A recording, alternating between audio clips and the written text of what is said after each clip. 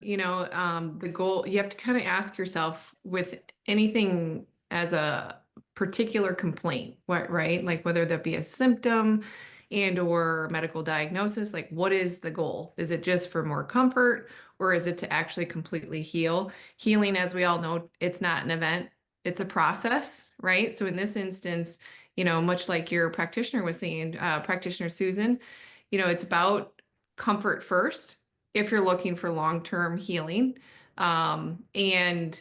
Fiber is a great recommendation. You can get that in a variety of different forms.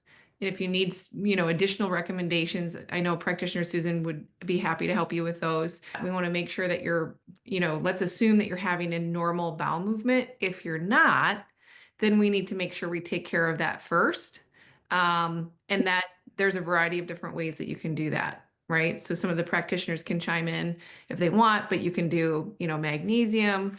If it gets to the point of where you need an over-the-counter, we like to minimize that as much as we possibly can. But by all means, if it's, if you're straining and there's a lot of discomfort there, then that could be utilized. There's the saltwater flush. That's more of a fast and furious approach a lot of times for people. So I wouldn't recommend that, but I'm just putting that out there. So if people want to look into it, if you're struggling with constipation, for those of you listening, that's always an option as well. More times than not, unless there's active loose stools or diarrhea, right, as a result of something that needs to be identified, the majority of people are in fact constipated. So I like to take the approach, and sometimes, I would get feedback from people and they were like, no, no, no, no, no, Dr. Katie, no, no, no, I'm going regularly. I go every day. But funny enough, a lot of people aren't eliminating completely, right? So then if you're not eliminating completely, then you get build up, build up, build up, build up. And we're here, right, to make sure that everything's moving smoothly and eliminating efficiently. So then therefore the cells can heal, evacuate the nasty toxins, and the good guys can start to take over, right? The good guys being cells, and then the good stuff getting into the cells more efficiently, which is your hormones, your raw minerals, and your nutrients, right? Why do we need those things? Because we need to produce more cellular energy, which is called ATP. Okay, that's otherwise known as ATP. Excuse me, I need some more omega-3s here today. Um, and that cellular energy then allows for you to heal more efficiently. That's what we're after. Okay. So we're after that whole process of allowing for the cell to heal. But if you're, we're talking about digestive system specifically and hemorrhoids and healing internally, understand there's cells there that need repair. So, although we're talking about how to mitigate those symptoms and make you more comfortable and allow for that healing to take place, we're still talking about the same thing. We're not talking about trying to treat it, but we're trying to get you more comfortable and then allow for that healing to take place.